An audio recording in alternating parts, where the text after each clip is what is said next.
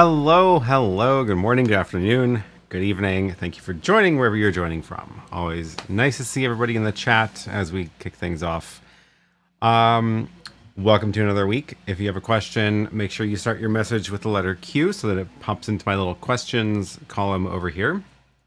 Otherwise, we're going to start chatting and see what happens because I have no plan today. So we're just going to see if you have any questions. Otherwise, talk about what I've been up to and whatever comes up. Oh, you might notice the stack of tapes in the corner there. Thanks to whoever mentioned that last week, because I realized that I actually had a box of not complicated tapes, and so I'm almost done with that box. It's about 30 tapes, and they're from 1988 to 1993. Got through most of them, and they are all getting played back on that Sony 8mm player rather than a camcorder, and it's been great. It works fantastically. So it's just playing them into a hyperdeck and recording, and yeah, I just been popping a tape in, wait a couple hours, come back, hit stop, swap the tape, and I got through that box this week. So I'm going to soon hit the pile of complicated ones, but yes.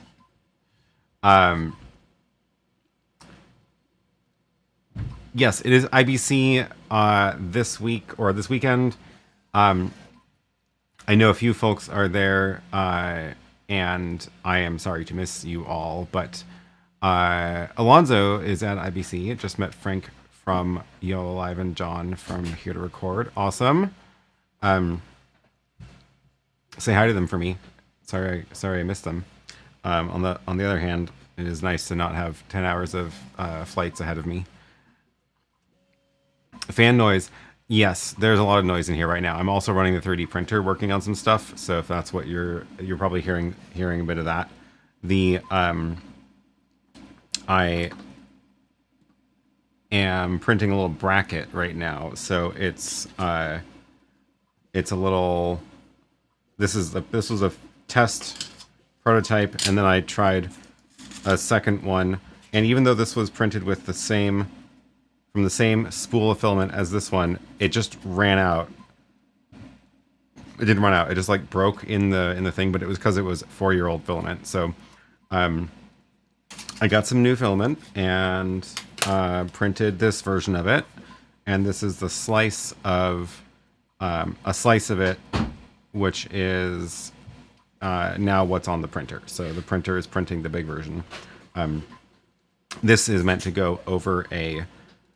This is going to hook onto a little rod. This sits into a bracket, and then there's going to be a piece of wood that gets mounted on the top, and it's going to be a shelf. It doesn't really make any sense unless you actually see the picture of what it looks like. Let me go find that. I have a little photo of how this is going to sit. This one, it's not. Oops.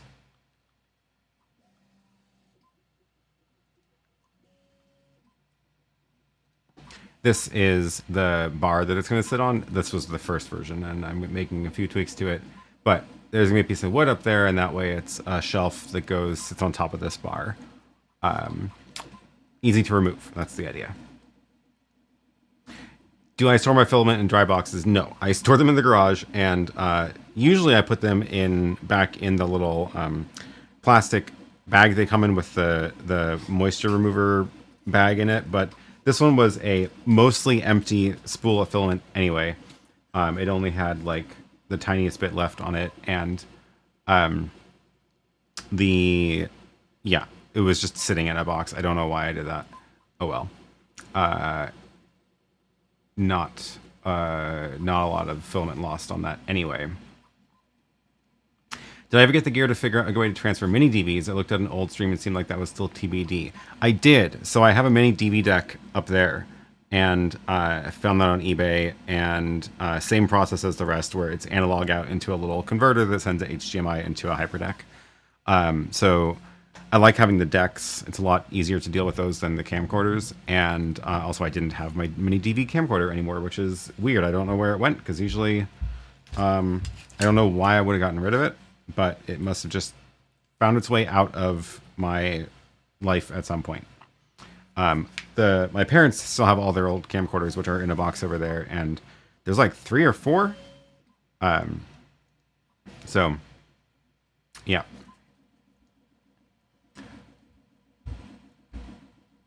A filament dryer is just a box that's being heated to 50°C. That's really warm. I could, if I need, I do have a dehydrator, which would probably work the same way. I could do that, but no, that was like, I don't care. It was the tiniest bit of filament from 4 years ago. 2021 batch. Cool. So yeah, what has happened at IBC so far? I've seen a couple of things. Blackmagic did some stuff. Coordinated with the iPhone launch. So they have this new iPhone dock with, it's a really weird box. It's clearly for filmmakers, not video, not live production. I think it's on their site, or is it not? Yeah. I don't see it on the site yet. It is a little box that connects to the iPhone 17. Not sure if it connects to older phones, but it provides Genlock and timecode input into the Blackmagic camera app, which is pretty cool. But yeah, like, I guess it's meant for the Blackmagic camera app, so clearly for filming, not necessarily live streaming. Andre says, I hope Lily's recovered. It was COVID. Yes, it was. She's still, she's actually not at work this weekend because still on the tail end of it, but feeling a lot better now. So probably we'll have a normal week next week. And yeah, she just popped in a second ago to go do laundry. Looking forward to having this room not be the walkway between the laundry room and the bike parking. So... yeah. By the way, contemplating getting a Bamboo Lab 3D printer. Any model advice? I've only ever owned a Prusa printer. This is the original Prusa Mini that I bought back in 2021, and I at one point bought a Prusa Mark III, the bigger one, and then sold it, and that's the only printer I've ever owned. At some point, I want to get one that can do multiple colors, but I don't have any room right now for it in here. This room is already more than full, overstuffed, and I need to sell some stuff. And I am going to save the multicolor printer for when I have the shed done, which is going to be a while. So not going to happen anytime soon. Yeah. Yeah. Oh yeah. I also routed the tapes in here so I can show what's going on the from the tapes, and I had to use an upstream key so I can squish it a little bit. Because they're stretched out in 720 16:9. So it's the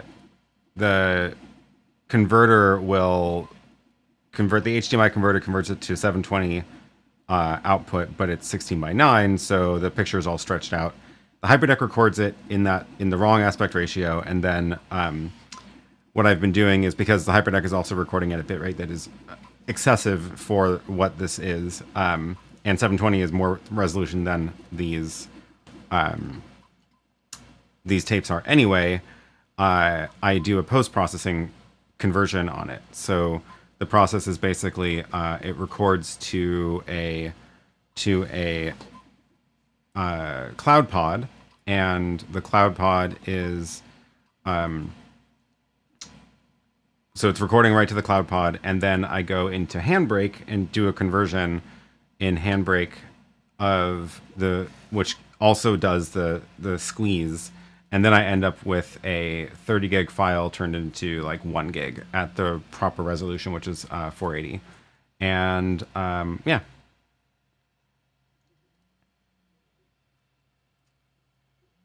Are the NX guys Prusa? They do have a ton of Prusa. Oh, and Bamboo.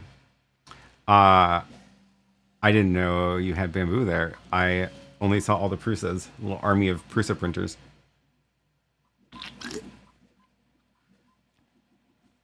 Bamboo had a Bit of a controversy about online activation, but other than that, I hear they're good. Oh, I didn't even know that. Interesting.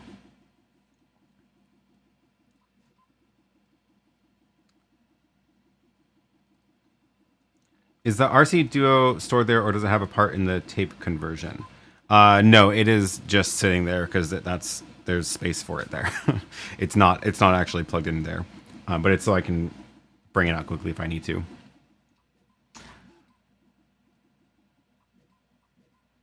Yeah, looking forward to having some more, getting this place cleaned up a little bit. I need to actually put a bunch of stuff up for sale to clear out some of the stuff. I also need to figure out if I'm going to send some stuff back to the people who sent it to me, or get my act together and actually film some videos.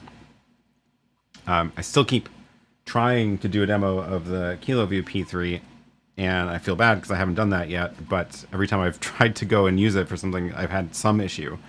So I'm going to get that sorted one way or another. And yeah. Yeah, I don't like the idea of having to activate any printer, 3D or paper. Yeah, that is really weird.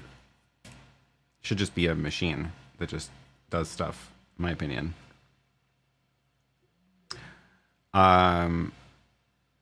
Yeah.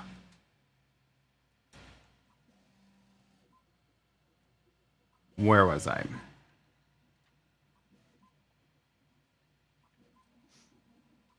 I'll leave the printer on. This is going to be like a 5-hour print to get this whole bracket done. I did some work of shrinking it a bit and then fiddling with the infill settings to speed it up. I got it down from 7 hours to 5 hours, so it's not too bad. Have I tried V3 of the NDI camera app? Has a discounted price, but I wonder how it compares to Røde's new app. No, I didn't even know there was a new one. Is there a new version of NDI? Is it a separate upgrade, or is it just, an update? Because I bought it a long time ago. NDI HX camera. It is updated 4 months ago. Has in-app purchases. Unlimited access for a year. That's a weird way to phrase that. I didn't know this was a subscription. I don't think I'm paying for a subscription. Oh, it is a new app. That's not the one I have. Interesting. There are definitely multiple in here. Okay, here's one from 6 days ago. That's the new tech one. Okay, the subscription one was not new tech. That's why. I can't tell if this is the same or not. Yeah, I don't know.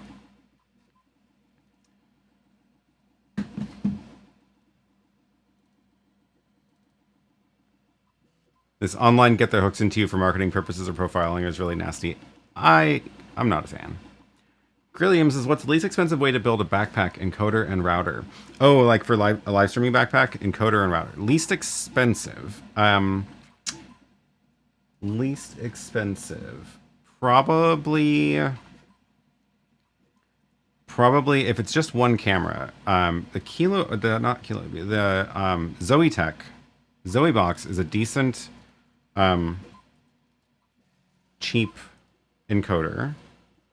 This is, here's the link going into the chat. It can do a lot of stuff, which is kind of nice. The web interface is, okay. Definitely leaves some things to be desired. And then router, I would say,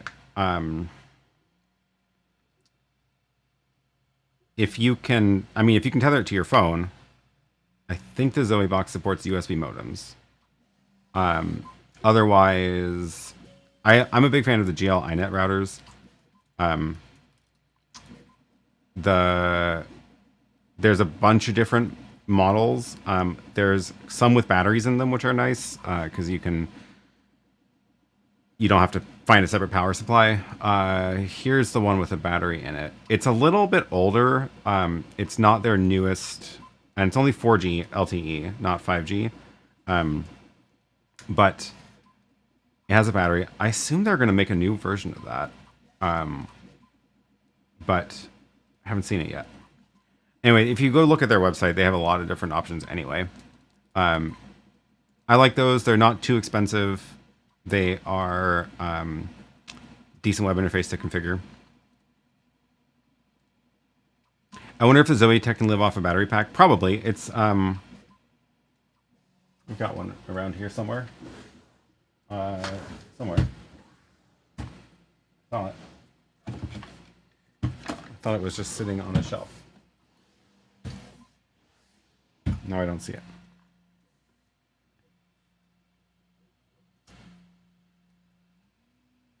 Well, it's gone forever. No idea where it went. Oh well.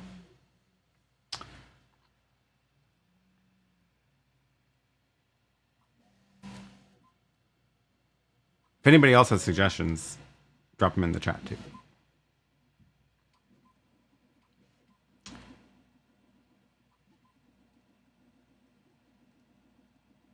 What about just using the Blackmagic camera app on the phone? So I think the idea is to do genlock or timecode insert into the phone. So the camera app by itself won't do that, right? Can I stop the audio of the printer? It's annoying, not necessary. No, it's just the room sound. Sorry. It's just the microphone picking it up. I can't turn it off. It's not like separately mic'd.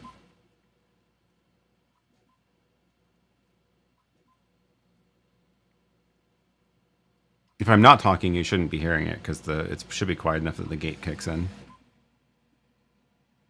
Oh, apparently now it's time to eat some birthday cake.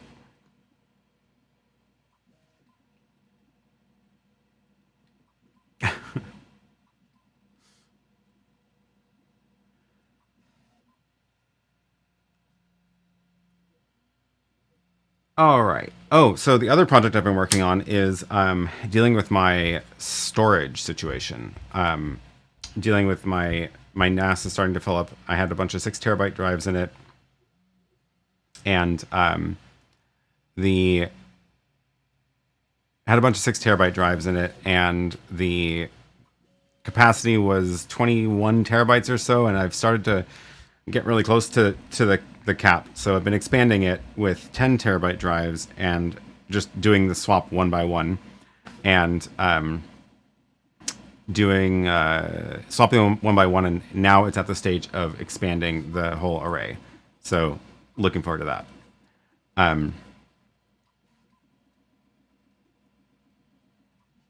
Only the partial beep gets heard sometimes.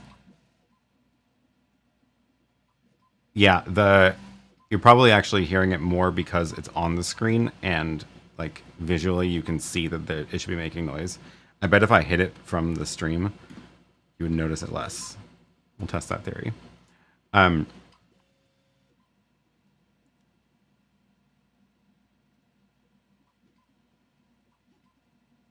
The audio gate is the more distracting thing, not the noise itself. I don't want to totally turn that down.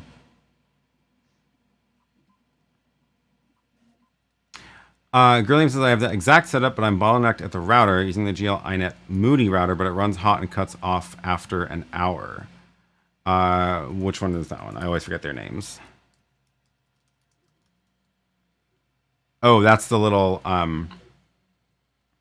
the other battery powered one. So gets hot and cuts off after an hour. Weird.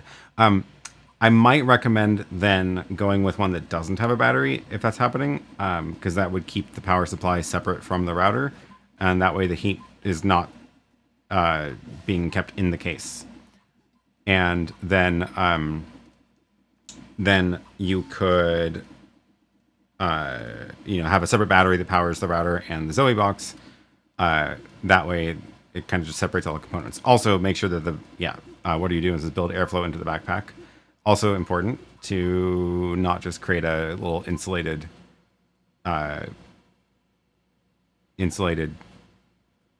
heat generation machine.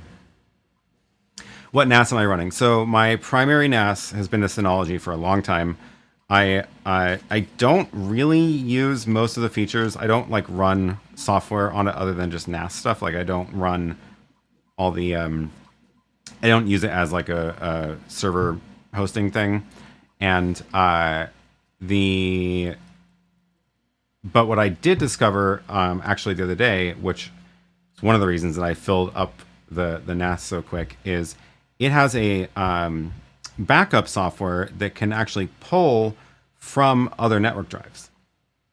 So it can reach out to network drives to back them up, which is actually really cool because you can use that to pull files from an ATEM, for example. So if you wanted to record onto a drive from onto the ATEM's hard drive, the Synology could actually mount that drive and back it up to something. I'm actually doing it with cloud pods. So the cloud pods that I have, which are essentially, I have 2 cloud pods running now, one with 2 hard drives, one with 1 hard drive. The one with 2 hard drives is one of them is like my main working location for videos. So it'll have, this is where the tapes are getting dumped to, but it's where all like active projects I'm working on will live while I'm working on them, and then I archive them later. And this second drive is the House Files drive for the House Files podcast. Same idea. It's actually no, that one is the actual like permanent home of the House Files, all the footage and all the podcast episodes and stuff. And it's just like a 2 terabyte SSD. I like it being an SSD because it's really fast and it's on a 10 gig connection, so it's actually really easy to work with and edit live from Resolve and stuff over the network. And then the other one is like my photo collection, where I just dump photos from my camera, sorted into folders by year and stuff. But then I was able to go into the Synology NAS and create a backup task in it, which will, where is it? File server. So there's this other backup program that you have to install separately, but then it can go and pull from these, from the cloud pods. So here are the 3 drives that it's then backing up to itself. And that just runs every night now. So now I have always have 2 copies of the data, which I always try to have 3 copies of the data. So I have the CloudPod drives that then get pulled into this Synology NAS. And then the next step is this entire Synology gets backed up itself. And the so yeah, I was excited to find that because that actually is a great workflow for dealing with the cloud pods. And now I'm actually considering putting more cloud pods in operation with more SSDs on them because it's such a good workflow to have the network drives with SSDs that can get automatically backed up.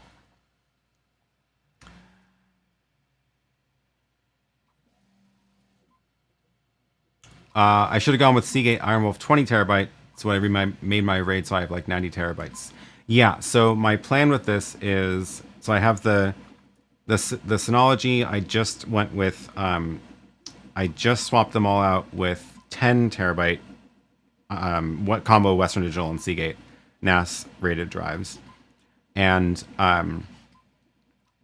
the 6 terabyte drives that I am replacing, some of them, 2 of them failed already.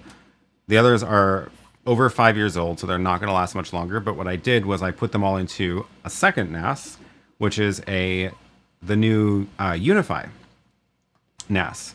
So this is still rebuilding itself because I just finished installing this yesterday, and then it was doing updates and stuff. So this is a bunch of these are old drives, but my plan with this is as these fail, to swap them out with 20 terabyte drives.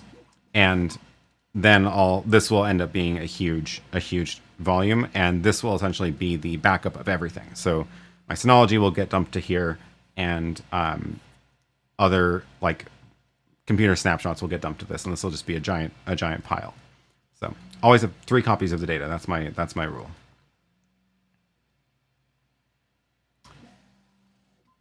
Yeah, Unify NAS. It's relatively new. It is the same shape, same case as their NVR, their camera recorder, but it is 7 drives and it has a 10 gig port on it, and it's only $500, which is actually a pretty good price for this. I was struggling to find other 7 drive solutions at this price, so kind of cool. And yeah, and 10 gig built in. So I might be a fan of that now. Okay, cool. Lots of questions coming in. Let me see. Oh, hey, it's Kevin from Airline Videos. What are your thoughts about the YoloBox Extreme? Worth buying, better than the Ultra? Definitely more inputs than the Ultra. It does have a better CPU, so it is going to last longer. I would say that it's like, if the Ultra is working fine for you, I don't think there's any reason to upgrade to it.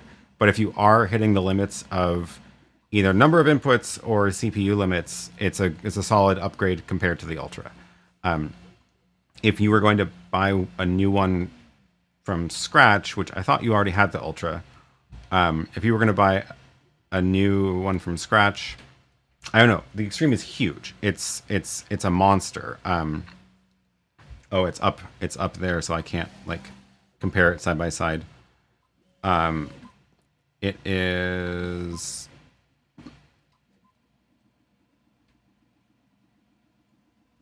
should be able to pop that over. Yeah, so it's, I don't know, you can't really tell how big it is without seeing it next to other things, but like maybe look at it compared to the RØDECaster Video or the ATEM Mini. It is significantly larger than the Ultra, but it is better. It's definitely better.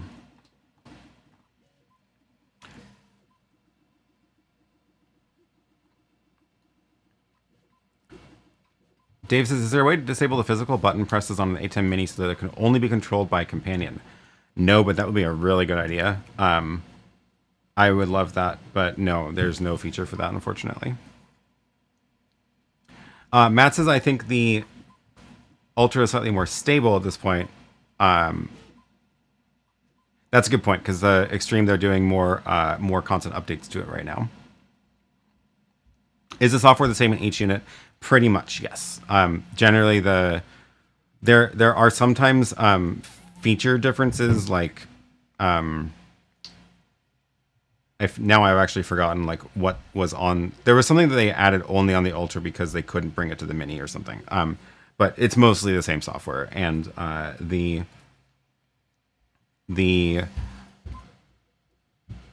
it'll work exactly the same way. If you're used to the Ultra, like it'll work the same way as the Ultra if you get the Extreme. In plain sight says we use Extreme for aviation and haven't looked back. So good for SRT. Nice. The Extreme has director mode. Oh, did they not add that to the Ultra? That's a good example. Sometimes they do this. They'll add new features only to the newest model.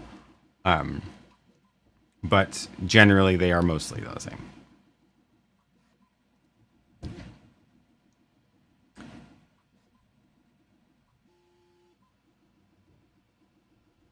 DaVinci Girl says, I use NAS, Unraid, and Proxmox.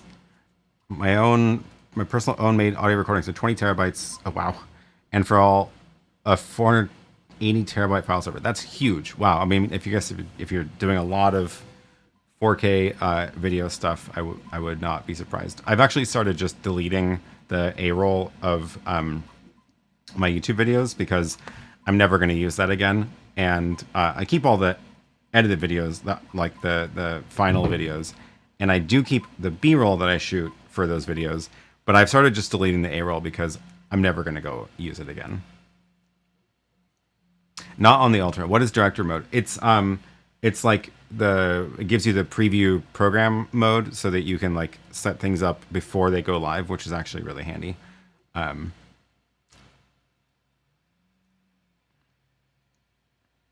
do you monitor how much energy your studio uses? I know power is cheap, but still curious. I don't really, but I want to, and I'm going to once the electrician is coming back and we have power, do the power move that we need to do here, and we have to change where the meter is and like how the panel gets fed power from the it's a whole thing. Once he's here doing that, I'm gonna have him open up the breaker panel and run the little power monitor clamps around each circuit so I can monitor individual circuits and how much they use from a dashboard. I'm going to do that to every panel here, so I will see, and because I have like 4 different circuits in here, I have, like I did it where this wall is a separate circuit than that wall and that wall. So I'll be able to actually get good data on power usage.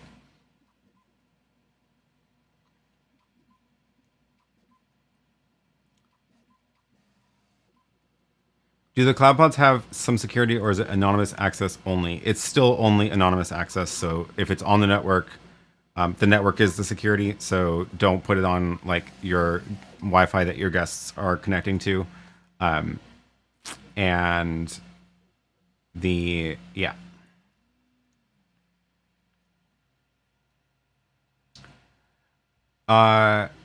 Kevin says, we've been having audio issues with the Ultra, so I was hoping maybe the Extreme was something completely different. Bummer. Yeah. I do feel like the audio has been the weakest part of the YoloBox, generally. And, the Extreme is not going to be completely different, but it does have a better CPU. So it'll, if you were getting close to, the capacity of the CPU, that will be an improvement, but it's not fundamentally different. I think the better option is to run audio separately, completely separately, and bring a single audio mix into the YoloBox, either over one of the HDMI cameras or through the USB interface. Matt says I use the RØDECaster Pro 2 for audio. So Matt, how do you connect it to the YoloBox? Is it USB or is it analog?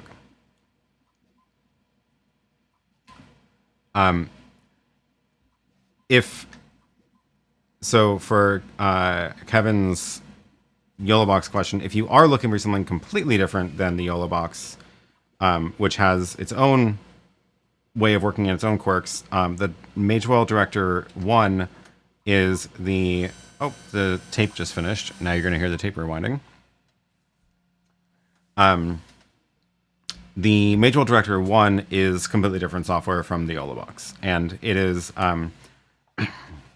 I think it's been a little bit more stable. They've also done less updates less often. I think it's a little bit more stable than the YoloBox. The audio is definitely more stable on that, but it's also a lot more limiting because it's only got 2 HDMI ports. It does have a bunch of the network connections too, though, so like SRT cameras and NDI cameras and stuff that you can pull in. It's very, very different than the YoloBox, though, so it's a very different way of working, but it might be another good option to look at. I do like that it has the batteries are batteries that you attach rather than built in, because that way the internal battery, there is no internal battery to eventually die. In Plain Sight says, we don't use any audio with the Extreme except for what's coming through our RØDECaster Pro 2 via USB-C. We don't seem to have any issues in that respect. Mix it with the wireless Go also. Matt says USB to the A port, not the C port. Okay, so RØDECaster Pro USB audio seems to be the stable way to do audio with that. Gwen says, I dislike the different products called program, preview mode, different things. Director mode on YoloBox, studio mode on OBS, preview mode on Ecamm, what the option says in ATEM software, etc. I agree. It's funny that there isn't a single name for that. And RØDECaster, the RØDECaster calls it something different too. I forget what they call it. They call it, they might call it studio mode.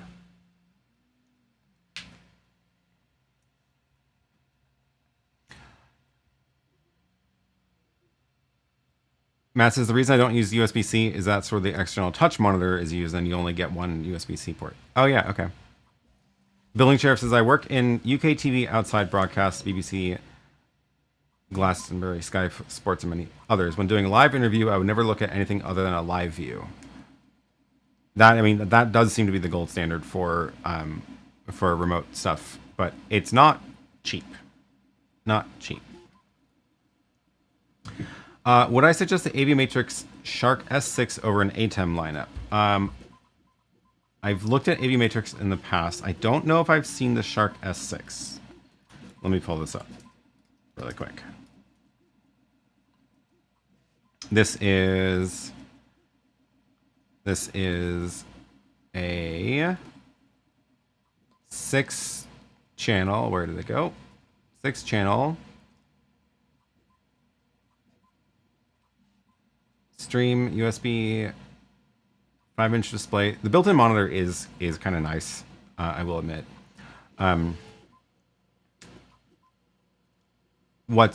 What I'm looking for that would be a deal breaker for me is I don't remember if there's companion control on this.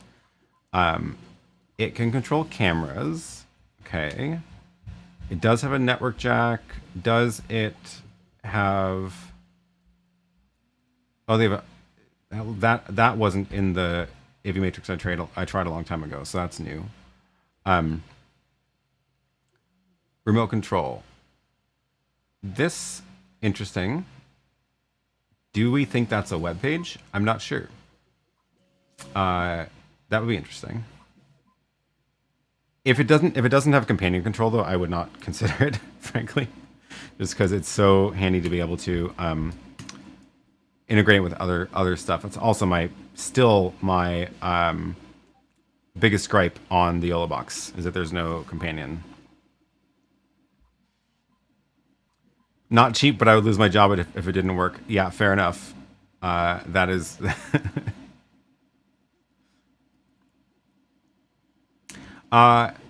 Gwen says, curious if you or chat had thoughts about the Canon C50 or Nikon ZR announced this week. Both seem like they'll be incredible cams in slightly different ways. Oh yeah, I didn't look too deeply into those. They do look very nice though, definitely. Nice to see that. Curious if anybody in the chat has any thoughts. I don't have any thoughts on it. I have not looked deeply into it. I'm not eager to switch camera brands anytime soon, so I'm gonna stick with Lumix.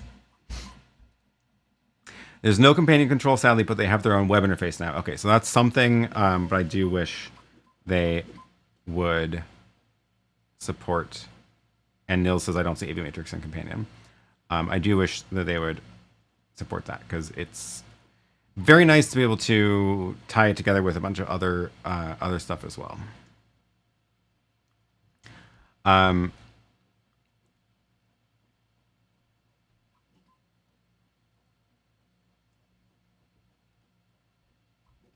Nikon ZR is a little weird. Gerald made some very good points. Oh, I haven't even watched his videos on it. That's a good idea.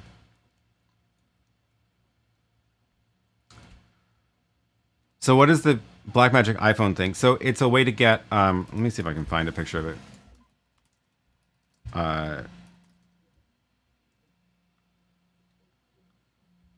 New item coming soon. It is... plugs into the iPhone, and then you get... oh, it does have HDMI out. I thought it didn't have HDMI out. Interesting. I'm curious what that will give you, if it's just like screen mirroring off the iPhone, or if it's like a special feature in the Blackmagic camera app. But it gives you Genlock and timecode input into the Blackmagic camera app. That's the main thing. So it's made for the Blackmagic camera app. There we go. HDMI and USB, so you can plug in hard drives. So it's basically like... Oh, and audio in and out. That's cool. It was basically like turn your iPhone into a cinema camera. That's what it's for, right? So that you can use the Blackmagic camera app to, do your control of your shutter speed and stuff on the iPhone camera, and record to a USB drive. But then this lets you actually connect it to a timecode so that you can do real film shoots. It's a cool idea. The iPhone cameras are always getting better and really, frankly, quite good. But yeah, I am curious about the HDMI out. I wonder what that will do.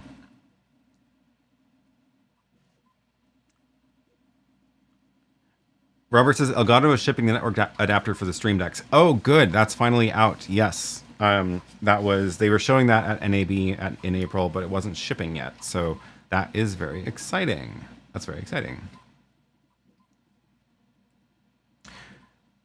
Aiden says, do you think companion control will ever come to the RØDECaster Pro 2 or Duo?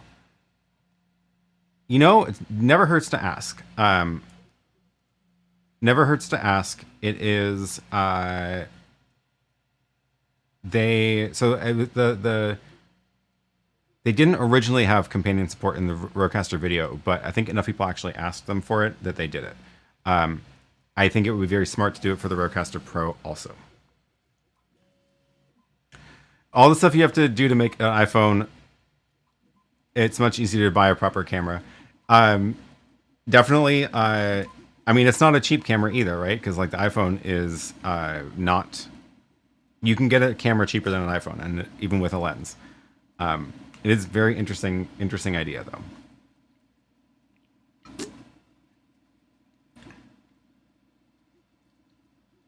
K9 says, 5 mics plugged into the RØDECaster Pro 2, 4 XLRs, pod mic, USB, XLR mic. Guests have headphones, USB mic plugged into the pod mic USB. Guests 1 to 4 can hear all guests, including pod mic USB. Pod mic USB guest hears self only. If I suspect that the mix for the USB is set differently. So, do I have a way to? I think if I turn this on, it is on. I think if I open up the, I'm going to show you in the RØDECaster video, but it's same idea in the RØDECaster Pro. If you look at the RØDECaster video in the audio mixer, so I'm guessing that the headphone mix is set to live mix, and the USB mix is set to something custom or something where they're not hearing the other mics, because all the different outputs in the RØDECaster can be set to different mixes, which is super cool. But it does mean that you can end up in a weird situation that is unexpected because you didn't think about that, or is left over from some other setting. But I'm guessing that's what it is.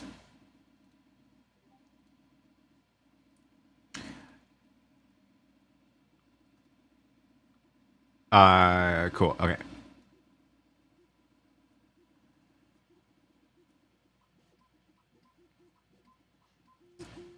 I'm wondering when Blackmagic will release the switcher control features they advertised in the spring for Blackmagic Cloud. I completely forgot about that. You're right. I also wonder.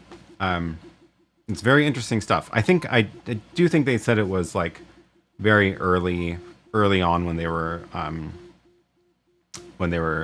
showing it. It was still pretty early. How has anybody noticed the noise from the printer since I turned it off the screen? It's making progress.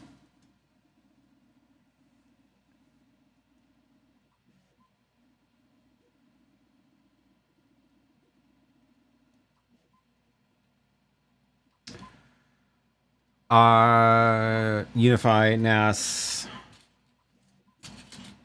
brackets, tapes. What else have I been doing? The other thing on my desk here, fun little experiment that I decided to try.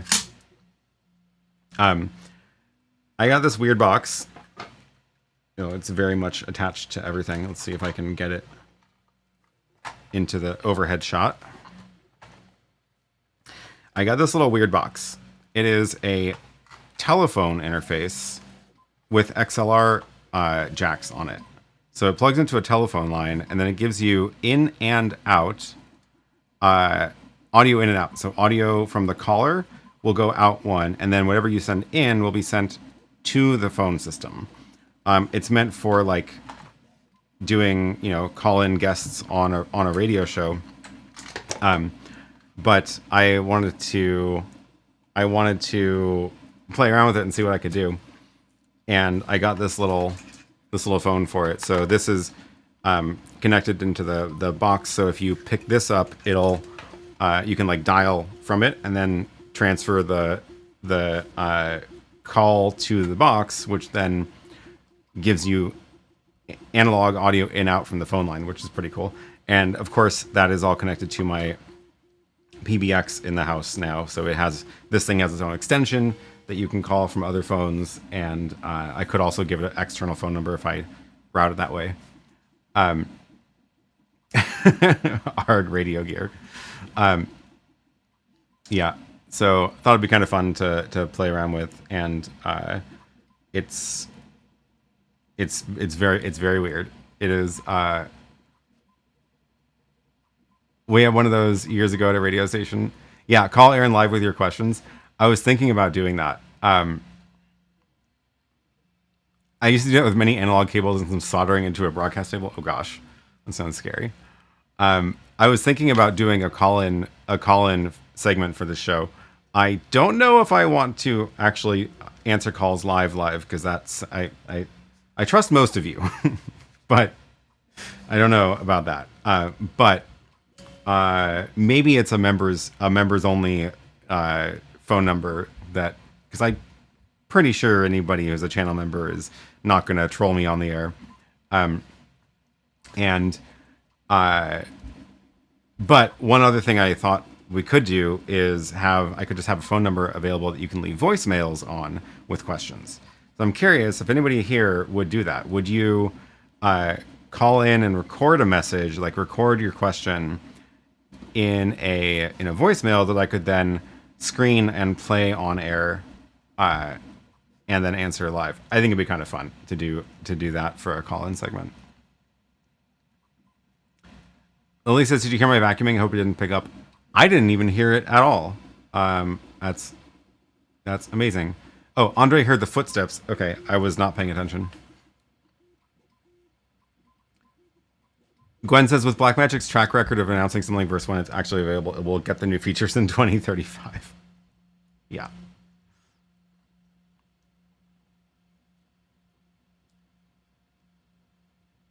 Not over Aaron's loud printer. Yeah. Can't we do that with Discord right now? Yeah, but phones are more fun.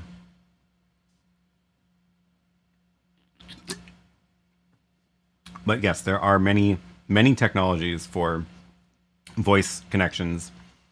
But yeah. Do a telethon. Yeah, the printer is loud. I wonder if it's less loud on the other mic. Let's try this mic and see if the printer is less loud, because my overhead mic is kind of pointing at the printer. I'm just in between. So we'll see if this is any better.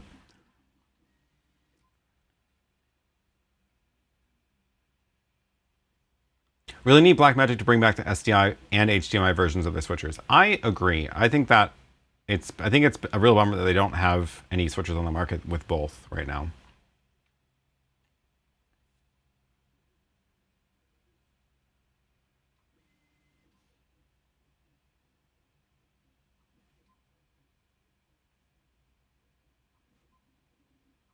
The Sting button on the Extreme ISO is coming soon. Yeah, exactly. What's the name of that call-in device? It's called the Innkeeper Digital Hybrid. I don't know why it's called digital. Or just call straight into the RØDECaster Duo with Call Me. Also a very cool feature, but not as cool as phone numbers. Printer is less loud on the second mic at first blush. Okay, good. Let me go find the link to this thing. It is... Here is the link. It probably wasn't footsteps. It was probably when I dropped part of the vacuum. Oh, great. Less loud when you don't talk. Background sounds more staticky when you do. I think I like the sound of the printer better. Interesting. Okay. You and Tom with your love of old tech. As a guy that had to work with all the stuff, I don't want to relive it. You can have your old tech. It's fun. It's fun. Call Me Pro supports SIP so you can do phone numbers. Oh, that's a good point. That's a good point. I do remember seeing that actually on the website, and I was trying to figure out if, yeah, I'm gonna do that. I'm gonna give a phone number to the RØDECaster duo. What's the plan? RØDECaster duo. Call me. What? I forget the price of this. Rode, call me. Subscriptions. Right. The Pro gives you fully integrated IP audio codec for third-party calls. That's SIP. I'm gonna have to set that up. That sounds like fun. I forget where the plans are though. You need to register it. I swear they had the pricing.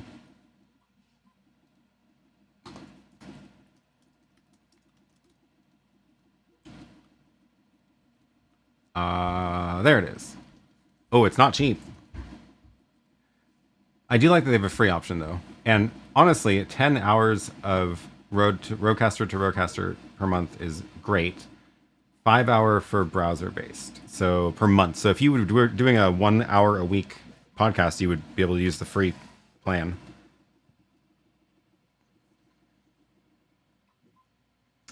And then $100 a year gives you 2 channels and then unlimited time, that's very reasonable. I think that's very reasonable. $500 a year or $50 a month for the Pro, 3 channels, and that gives you SIP. That's a lot. Advanced SIP calling. I might do that just for a month, just for fun.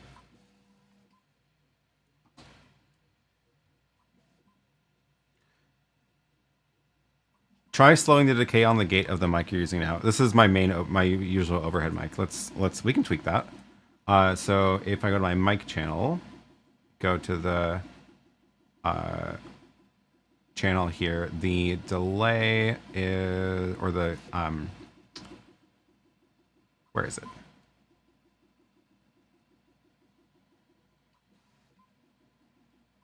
Noise gate.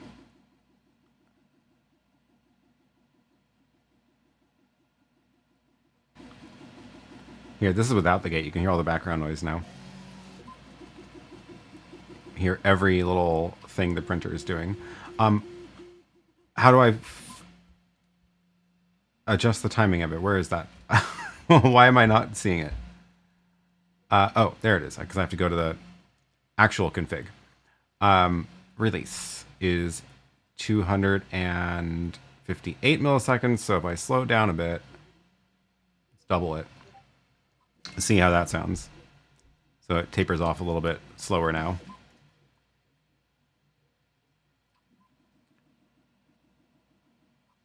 Do you know if the Call Me subscriptions are per device or per account? That is a good question. I assume it's per account because you like sign into it when you make it. Now that Rode people are also into Dante, the next thing you know, we'll have more call-in stuff for sure. Interesting. That'd be kind of fun. If you do call-ins, you have to do that 7-second delay thing so you can bleep us. The FCC does not govern YouTube, so you don't have to bleep on YouTube.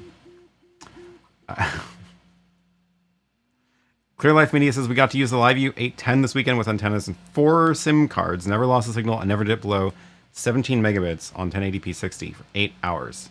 That is impressive. That is definitely impressive. Yeah, this is the box, the digital auto answer hybrid. The auto answer is really cool. So it'll if you call it, it'll ring once and then it'll pick up, and then it will recognize the disconnect as well and auto hang up. Although I did have to enable that special on the phone interface because my phone interface was not sending the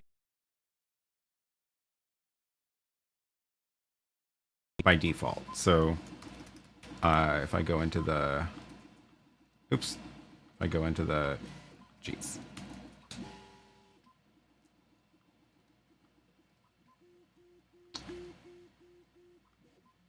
that one. Too many grand stream devices. If I go into the phone gateway, there was a setting in here that I had to turn on this one. And it was only available in a recent firmware update of this too. But it will send a disconnect signal that the box can recognize and auto hang up, which is cool.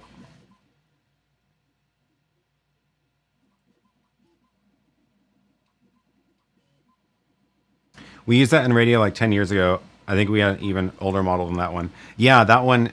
This one is not that old. It's, I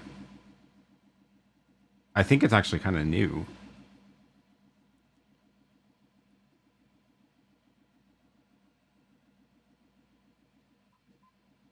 Gate still seems a little bit weird, but livable. I think printer noise may be calling more attention to the gate than would otherwise. Absolutely, yes. It's a noisy little printer. What was the cutoff? Oh, buffered and came back? Oh, weird. Nothing looks wrong on my end. Who has stricter policies, YouTube or the FCC? It's a toss-up. No, I think FCC has stricter policies. YouTube has more random policies. Has not come back here. Periodic buffering today, but it's coming back quickly. I thought it was me. Weird. And James has a frozen screen. Nothing is wrong on my end. Yeah, that was the FCC cutting me off. It could be just random internet glitches. I see no errors in the YouTube console either. What's the price of that?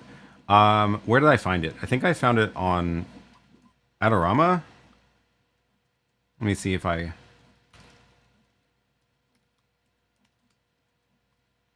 should make the link for it.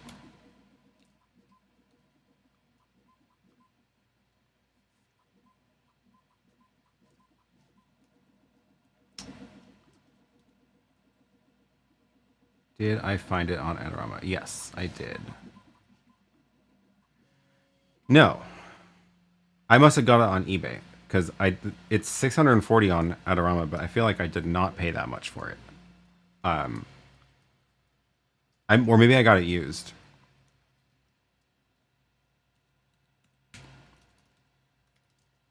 Well, this is a good reminder that I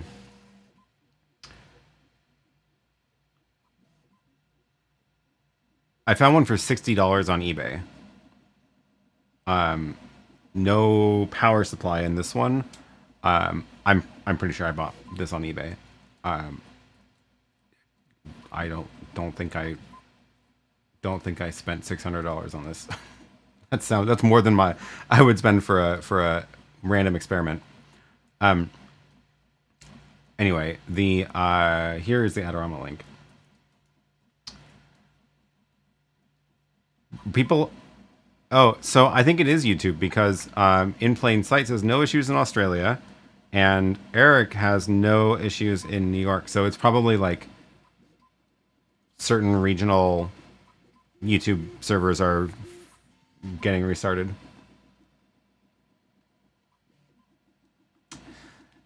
What are you doing? Says I would say YouTube is more annoying as FTC isn't using AI to analyze every broadcast and hit you with fines. YouTube is definitely more arbitrary and yeah, arbitrary is the word.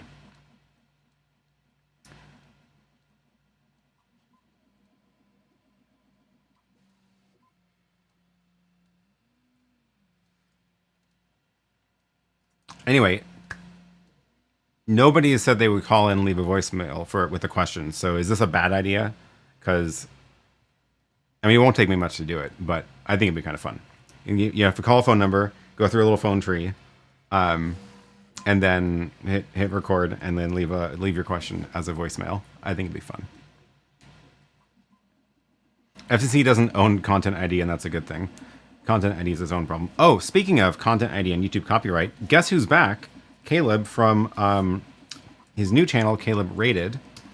let me grab his link. He is officially back as of this week, and I, for the very most brief moment in time, had more subscribers than him, but he's already now passed me. That was fun while it lasted. He's already at 54K. Last week when he started, when he was able to post again, 5 days ago, he had 41K. So, yeah, there is an official statement about the lawsuit is over. No details are public about it, but it is over. And then this video is more fun. He's talking about more about just what his plans are, and then he has an actual video now already. So back at it. Go subscribe if you haven't. He has. I'm very glad he's back because, oh my god, what a stressful 4 months that was. And he got the YouTube to reinstate the videos that had a copyright claim on them. Thankfully, the copyright claim was not legitimate, but you still have to deal with the whole YouTube process of fighting it out. And he got those brought back on YouTube now, thank goodness. So, yeah, very glad to see that. And now it's just a matter of time before he gets 100K already. Because, yeah, he had like over 1 million people on the other channel who just thought he was the channel. So, super cool. And, yeah, very exciting. IT never gets old. We'll do the voicemail thing. Okay, cool. International calls are expensive. Oh yeah, that is a good point. I guess that's the benefit of the internet.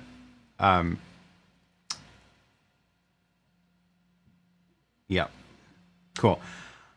I think we're gonna wrap this up today because I need to go work on a project, which is gonna be really fun. It is, the project is this table. We found this live edge slab already planed at a furniture store, and it was like a scrap they were selling, so it was very cheap. And it's mostly all the hard work is done, like the leveling and planing, and it's weirdly like almost the perfect size to fit in Lily's office under the arch windows. So I had to cut off like 5 inches of it to get it to fit, which I did yesterday. And today we're going to pour epoxy into that whole section here. That it actually has a couple of holes going all the way through. So we're going to pour epoxy into that, and then do. It's going to take many layers of epoxy to do it, and then after that we'll cure for like a week. Come back and sand it all down and polish it off. So that'll be fun. That's the project for today. Gonna have to go pour a 1/2 inch, let it sit for a couple hours, go pour another 1/2 inch, let it sit for a couple hours, and do that until we get to the top. Do I have a picture of where it's gonna go? I don't.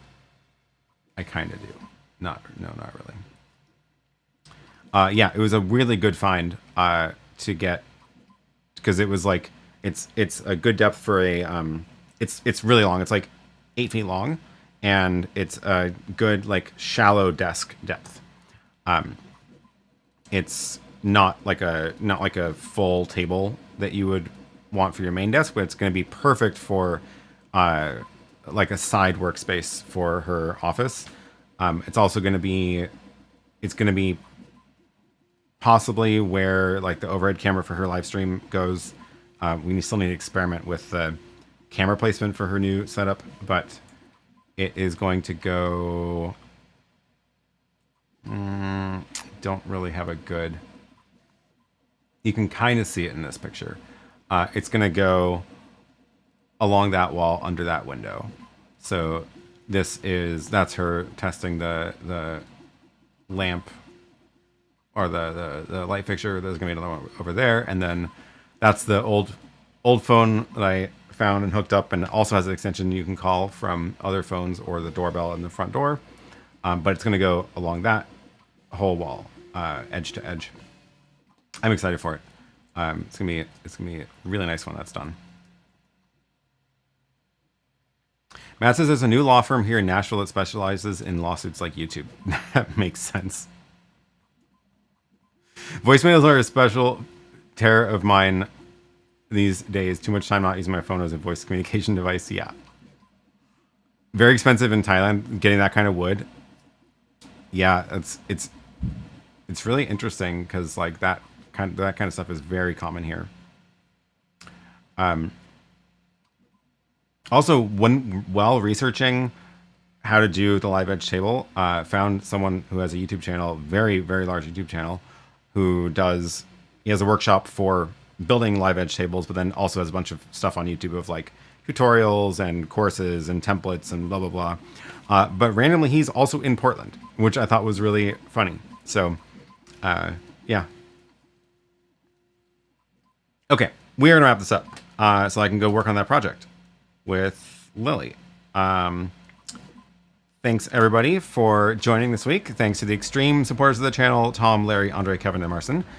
And thanks to all the other channel members as well. If you are a member, make sure you find the link to the members Discord down below, because that is where you'll get behind the scenes updates throughout the week, like photos of the live edge slab that I'm working on, or photos of the thing that's printing, or when I make random purchases of pink telephones. Yeah, that'll be fun. So we'll be back same time next week. Oh yeah, the thing I was going to say is next weekend I think we said it was going to be next weekend. I'm going to do a members only stream of all of my accounting and figure out how much I have spent on things for the channel this year. So all of the finances for everything in this studio and the YouTube is all self-contained, and it's its own little business. It has its own books, and I'm going to do that and catch up on my accounting for the last 6 months live on stream. So if you're curious about how much this channel makes and where that money goes, you should become a channel member and join that stream.